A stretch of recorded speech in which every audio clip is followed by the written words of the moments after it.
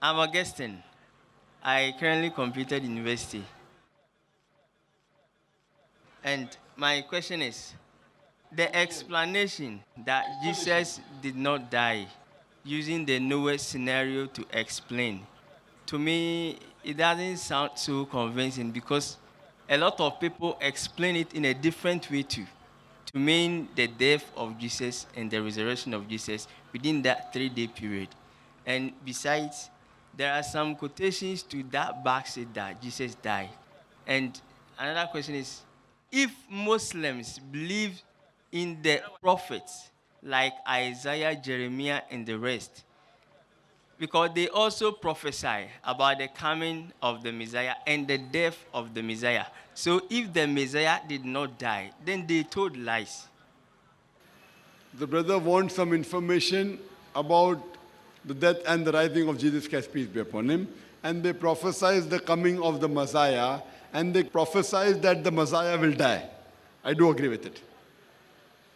They prophesied the coming of the Messiah, and they prophesied Messiah will die. Every man has to die. Even the Quran says in Surah Maryam, chapter number 19, verse number 33, peace be on me, Jesus Christ, peace be upon him, say, the day that I was born, the day that I will die, the day that I shall be resurrected. Jesus Christ, peace be upon him, was born, but Allah Almighty God raised him up alive. In his second coming, he will come as an ummah of Prophet Muhammad, peace be upon him. In his second coming, he will come and he will die. Now, he is raised up alive. Quran says in Surah Nisa, chapter 4, verse 158, that Almighty God raised him up alive. Even the Christian believes he was raised. What I say, that if you read the Bible correctly, he was put on the cross, he did not die. He was put alive in the sepulchre. Then Almighty God raised him up alive. In his second coming, when he comes, he will die. So he will come again, not to bring a new message. He will come to testify to the Christians. He never told that you should worship me, but oh, Budullah, worship Allah, Rabbi wa Rabbakum, who's my Lord and your Lord. This is even mentioned in the Quran in Surah Ma'idah, chapter 5, verse 116, that in the next life, in the year after, Jesus will tell, peace be upon him, Almighty God, he never told the Christians to worship him. But he said, oh, Budullah, worship Allah, Rabbi wa Rabbakum, who's my Lord and your Lord. Hope this clarifies, brother. Yeah, but how they described his death, that he will bear our sins and things like that. Nowhere does it say. Nowhere does it say he will pay for the sins. This is the teachings of Paul, not of Jesus Christ, peace be upon him. Point out a single verse of the Bible where Jesus Christ, peace be upon him, says, I will pay for the sin. It goes against the teachings of Ezekiel. I'm talking of the prophets, not Jesus. The old prophets. Old prophets, Yeah, you like have to Isaiah. understand. If you read the Bible says in the book of Ezekiel, chapter number 18, verse number 20, the soul that sins shall die. The father shall not bear the iniquity of the son shall not bear the iniquity of the father. That means the father shall not bear the sins of the son shall not bear the sins of the father. Righteousness of the righteous shall be upon him. The wickedness of the wicked shall be upon him. But if the wicked turns, he shall not die. According to the Bible, sin cannot be inherited. Sin cannot be inherited. Nowhere did Jesus ever say that he will die for the sin of humankind. That means that portion of the Bible which says that is not correct. We are here to follow the teachings of Christ, not of the other people. You know, there's the Old Testament, New Testament. In the New Testament, out of 27 books, 13 books have been written by St. Paul. Now, St. Paul wasn't even an apostle of Jesus. He's a self-appointed apostle. So what you're following today is the Pauline Christianity, not what was taught by Jesus Christ, peace be upon him. I do not believe in St. Paul. I believe in Jesus, peace be upon him. I don't want to believe in the teachings of St. Paul. Is it clear?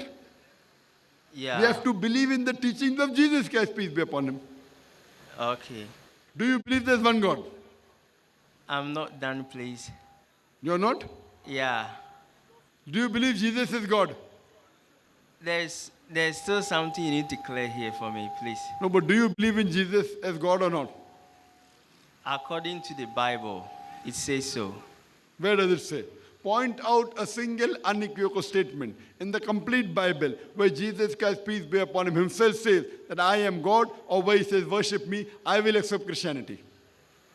not Jesus who said it, If but somebody else says, what does it make a difference? When Jesus himself did not say, when I give lecture in India, many of the Hindus, they touch my feet and call me God. Hey, tum Bhagwan hai. Do I become God? no, Because I quote the Hindu scriptures, how I quote the Bible. Some of the Hindus touch my feet and they say, tum Bhagwan hai. Does it make me God? no. Same way, if somebody But- else says Jesus is God, it doesn't make him God. Brother, do you believe Jesus is God? Peace be upon him. And about the Holy Spirit too. Brother, do you believe Jesus is God? Yes. You believe he's God? Yeah. I'm still Where did not he say he was God? Church says. yet to find quotations on that. Sorry? I don't memorize the quotations of it. But you know that it is mentioned in the Bible. Yes. Where? You do one thing, let the other people ask you a question. By the time you search. You search in the index, where does Jesus say he's God? There's an index. If you don't know, you look in the index or look in the... But my question is not about Jesus being God. Sorry? My question is not about Jesus being God or not. No, my question to you. You ask me so many questions, now I'm asking you one question. Do you believe Jesus? It's not your question, it's my question.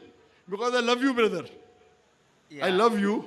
I was told to come and ask questions, not to lecture, so I came with questions. Not No, to, you can ask questions, very good. Yeah. But even I'm asking you one question. I can ask you or not? Yes or no? After I finish mine. Okay, how many questions do you have more? One. Okay, yes, brother, one more. And it's about the Holy Spirit. What's your question about Holy Spirit? John 14, verse 20 says, it says emphatically that the Comforter is the Holy Spirit. But If it says that, that means there is a contradiction. You read in your Bible, open your Bible, Gospel of John, chapter number 16, verse number 7. Nevertheless, I tell you the truth. It is expedient for you that I go away. For if I go not, then the Comforter shall not come. For if I depart, shall I send him? If it refers to the Comforter was already before Jesus Christ, peace be upon him, came. I told that earlier. The Holy Spirit was there in the womb of Elizabeth. Brother, the Holy Spirit was there when Jesus Christ, peace be upon him, was being baptized. It's mentioned in the Gospel. So surely it cannot refer to the Holy Spirit. That means there's a contradiction in the Bible. Like how I told you in my lecture. Jesus, peace be upon him, says that John the Baptist is the Elias. When they ask John the Baptist, art thou Elias? He says no. There's a contradiction.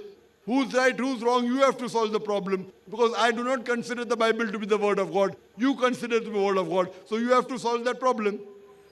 Because you quoted that John to explain. That's why I'm also trying to. Because No, I'm quoting John, chapter Yeah. 14, verse number 16. John, chapter 15, verse 26. John, chapter 16, verse number And 7. the All is in context only. chapter 14, verse 16, also the description it gave. It says it will abide with us forever. Correct. But Muhammad never abided with us forever. He is abiding with us forever. He died. This is the teachings of Prophet Muhammad. This is the revelation which he got, the Quran. And he's saying the hadith. It's abiding with the human being forever. No one can change the Quran. The Injil has been changed, not the Quran. That means after Prophet Muhammad, no other messenger will come. Where is the Holy Spirit? I don't know where is the Holy Spirit. Brother, where is the Holy Spirit? Brother, where is the Holy Spirit? The verse 17 says, No, brother, I'm asking you, where is the Holy Spirit? the verse 17 is giving the answer. Verse number? 17. The Spirit of truth, whom the world Chapter cannot number which? receive. Chapter 14, verse Yes. 17. What does it say? The Spirit of whom the world cannot receive, because neither sees him nor knows him. The word The word? neither sees him nor knows him. Who? The Spirit of truth that the Bible was talking about. So, what does it mean? That's what, What does it mean? that you explain to me. I don't get it. I've already explained to you in my lecture. You don't want to believe in my explanation. What can I do? I'm giving you the explanation, but you remember the explanation of the church, which is not matching with the Bible. So what am I to do? This comforter in Greek is translated from parakletos. The actual meaning of parakletos is a good friend and advocate. If they say comforter, I've got no problem. But the original word is perikletos, meaning the one who praises. If you go to the original manuscript, Greek and Aramaic word here is perikletos, meaning one who praises. If you translate into Arabic, means Ahmad. I told in my lecture,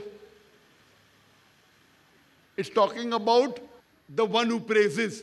That's another name of Prophet Muhammad sallallahu alaihi wasallam. Hope that answers the question.